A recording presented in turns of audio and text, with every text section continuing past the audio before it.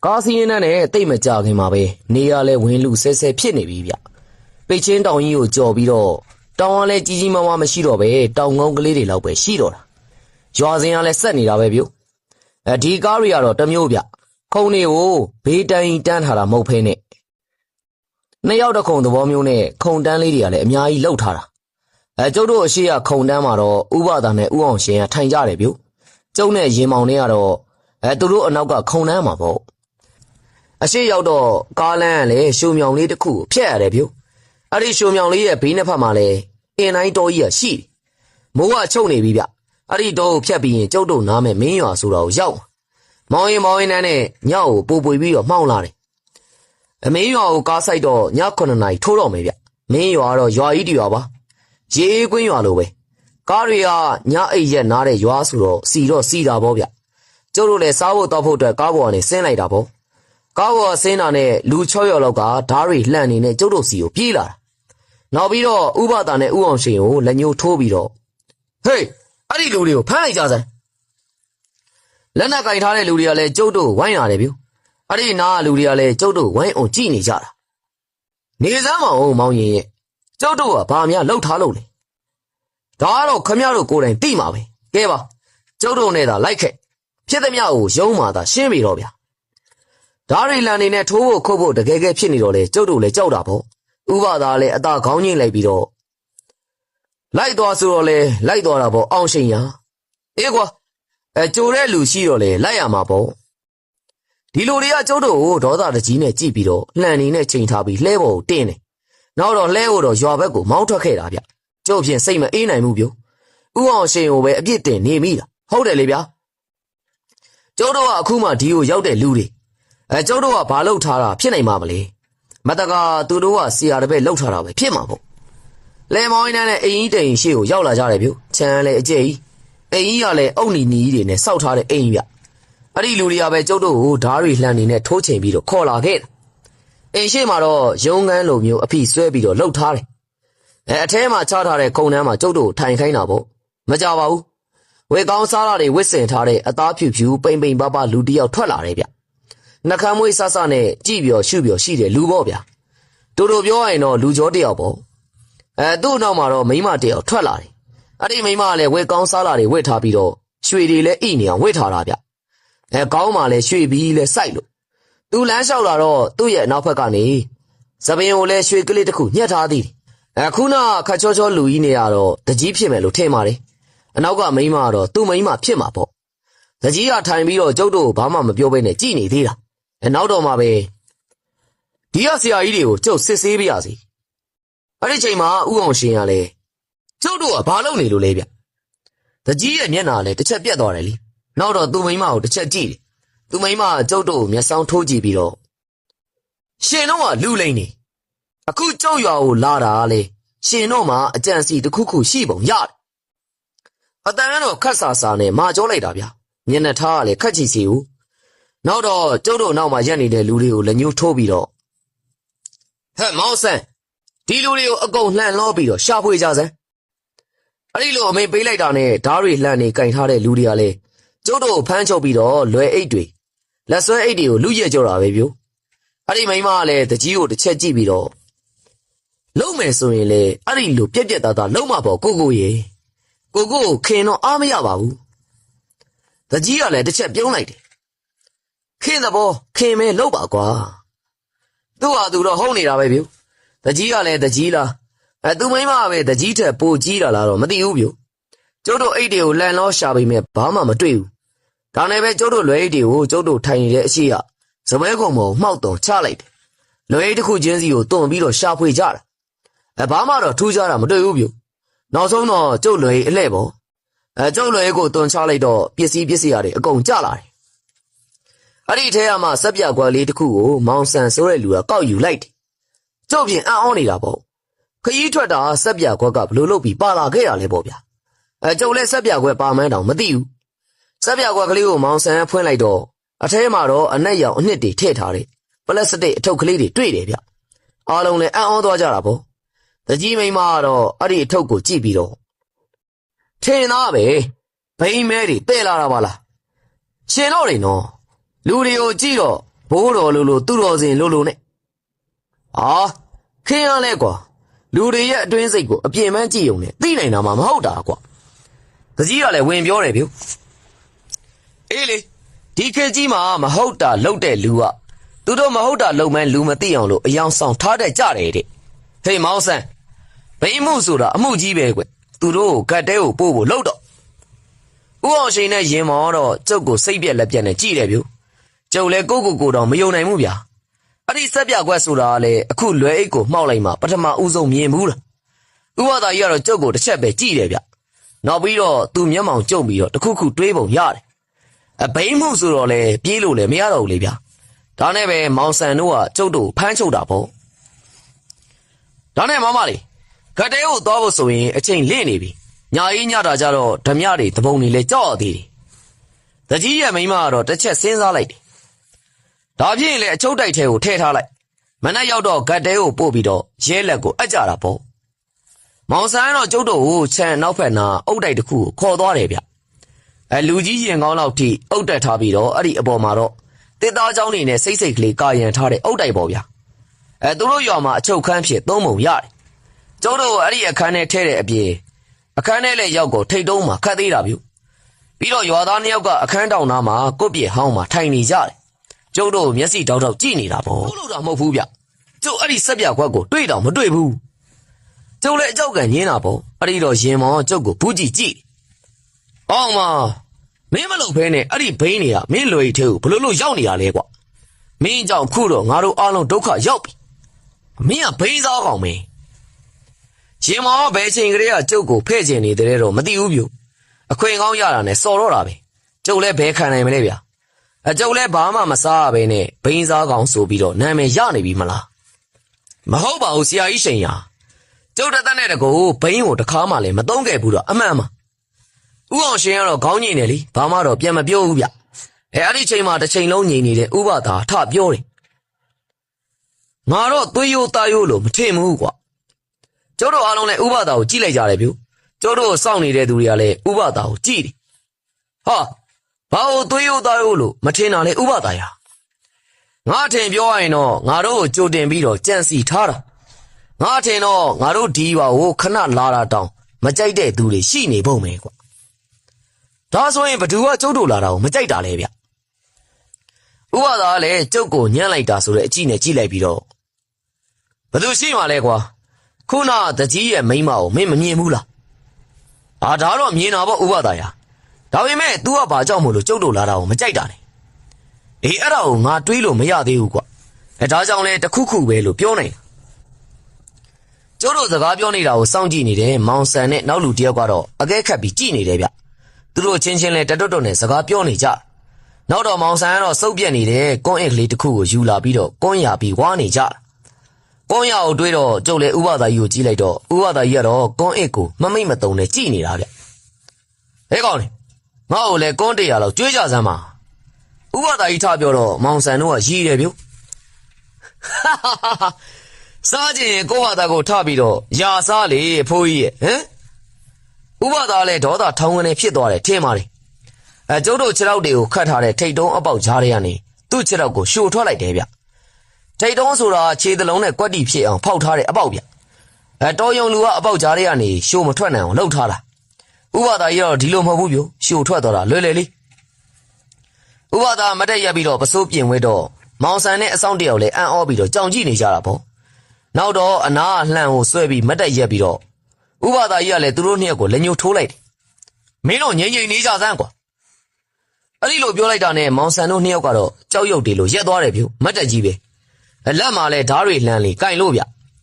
ျသူတို့ကရက်နေတယ်ဆိုပေမဲ့သူတို့မျက်နှာတွေမှာအံ့ဩထိတ်လန့်တဲ့အရိပ်ရောင်တွေအများကြီးပေါ်နေတာဥပဒါကတော့အေးအေးဆေးဆေးပဲဗျကိုပစ္စည်းကိုသွားပြီးတော့ကွန်းအစ်ထဲကကွန်းရွက်ကိုယူပြီးကွန်းရားနေတာကွန်းနေရလဲကြမ်းလိုက်တာကွာမင်းတို့ဘလို့များစားကြတယ်လဲကွန်းရရင်နဲ့စကားတောင်ပြောနေသေးတာဗ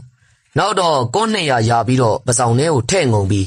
ထိတ်တုံးစီကိုပြန်လျှောက်လာတယ်သူ့ခြေထောက်အပေါက်ထဲကိုလည်းခြေထောက်ပြန်ထည့်ပြီးအေးလူလူပြန်ထိုင်းနေတာဗျဥအောင်ရှင်ကတော့ဥပဒါကိုကြည့်ပြီးမောင်ဆန်တို့နှစ်ယောက်ကိုလက်ညှိုးထိုးပြတော့မှဥပဒါကလည်းဟုတ်သားပဲမေ့လို့ သူတို့လက်ညှိုးပြန်ထိုးလိုက်တာနဲ့မောင်ဆန်တို့နှစ်ယောက်ချက်ချင်းလှုပ်ရှားသွားကြတယ်ဗျသူတို့နှစ်ယောက်ကတော့တော်တော်ကြောက်လန့်နေတဲ့ပုံစံပဲမောင်ဆန်ကတော့ဥပဒါအရှိမဒူးထောက်ချလိုက်တယ်ဆရာကြီးတို့ကျုပ်တို့ကိုကဲ့ပါဗျာဆရာကြီးတို့ကအထက်လန်းဆရာကြီးတွေလားဥပဒါခေါင်းခါလိုက်တယ်ငါတော့ဘာမှမဟုတ်ပါဘူးကွာဟောကငါတငယ်ချင်းကတော့ဟုတ်တယ်ကွာသူ့နာမည်ကဥအောင်ရှိန်ဖရက်ပြန်ဥအောင်ရှိန်ဆိုပြီးတော့လူသိများတဲ့အထက်လန်းဆရာကြီးပေါ့မောင်ဆန်တို့နှစ်ယောက်ကလည်းမျက်လုံးအယောင်တွေလက်သွားတယ်ဗျဒါဆိုရင်ကျုပ်တို့ကိုကဲပါဆရာကြီးဟာကျုပ်တို့အပင်ခတ်ခံထားရပါတယ်အဆက်ဆက်မရှိကွာမင်းတို့ဘသူကအပင်ခတ်တာလဲကွာဥအောင်ရှိန်ပြီးတော့မောင်ဆန်လည်းပြပြတလဲနေပဲဘသူရှိရမလဲဗျာတကြီးကတော့ခင်မြပေါ့ဟေးဟုတ်တယ်ဗျတကြီးကတော့ခင်မြစုံးတယောက်လို့ပြောကြတယ်ဥပဒါဒီတော့မှခေါင်းကိုအတွင်တွင်ညိတ်နေဗျငါထင်းတာဒါကြောင့်ကွာဟုတ်ပြီကွာतू ကဆုံးမမို့လို့ငါတို့ရွာကိုလာတာသူ့ကိုပြဿနာရှာမယ်ထင်ပြီးတော့ဒီလိုနီးကိုသုံးခဲ့တာမလားအမှန်ပါပဲဆရာကြီးဟာခင်မြဘသူပဲဝါမှန်းလဲမသိဘူးဗျတရက်တော့တကြီးသားတငယ်ချင်းတွေနဲ့တောလဲထွက်ရင်တောထဲမှာခင်မြနဲ့တွေ့တယ်တဲ့ခင်မြရုပ်ကလည်းချောတယ်ဆိုတော့တကြီးသားနဲ့ဖြစ်ကြတာပေါ့ဗျာနောက်တော့တကြီးကလည်းသူ့သားကိုခင်မြနဲ့ပေးစားလိုက်တယ်ပေးစားပြီးတဲ့နောက်ပိုင်းတကြီးကတေသွားတယ်ဗျရွာလူတွေပြောကြတာကတော့တကြီးကိုခင်မြပြုတ်စားပြီးတော့တပ်ပစ်လိုက်တာတဲ့မောင်ဆန်နဲ့တူပါလာတဲ့တယောက်ကလည်းထောက်ခံနေဗျ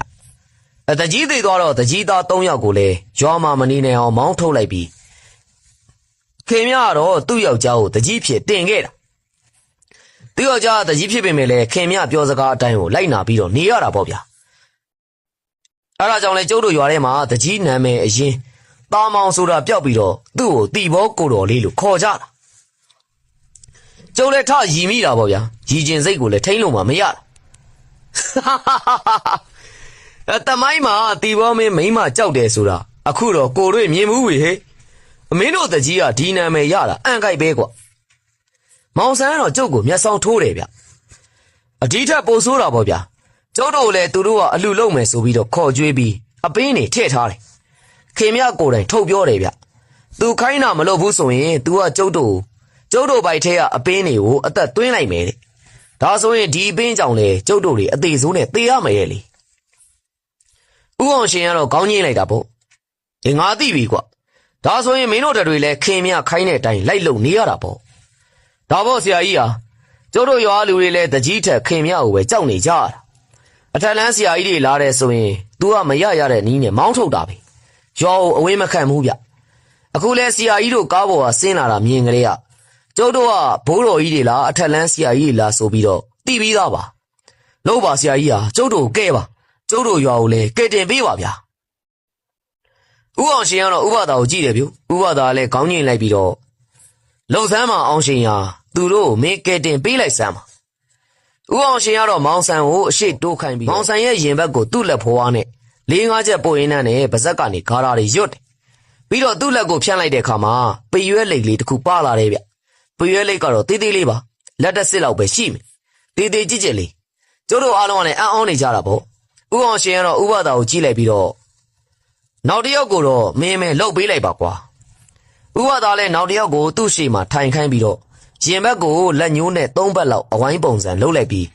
အဲ့ဒီလက်ညှိုးကိုတော့လေပင်စီကိုဖြည်းဖြည်းချင်းဆွဲတင်လိုက်တယ်မကြပါဘူးအဲ့ဒီလူကလည်းအန်ကျင်သလိုဖြစ်ပြီးတော့ဘောကနေထိုးအန်လိုက်တော့ဘာမှမထွက်ဘူးဗျလေတွေပဲထွက်လာပြီး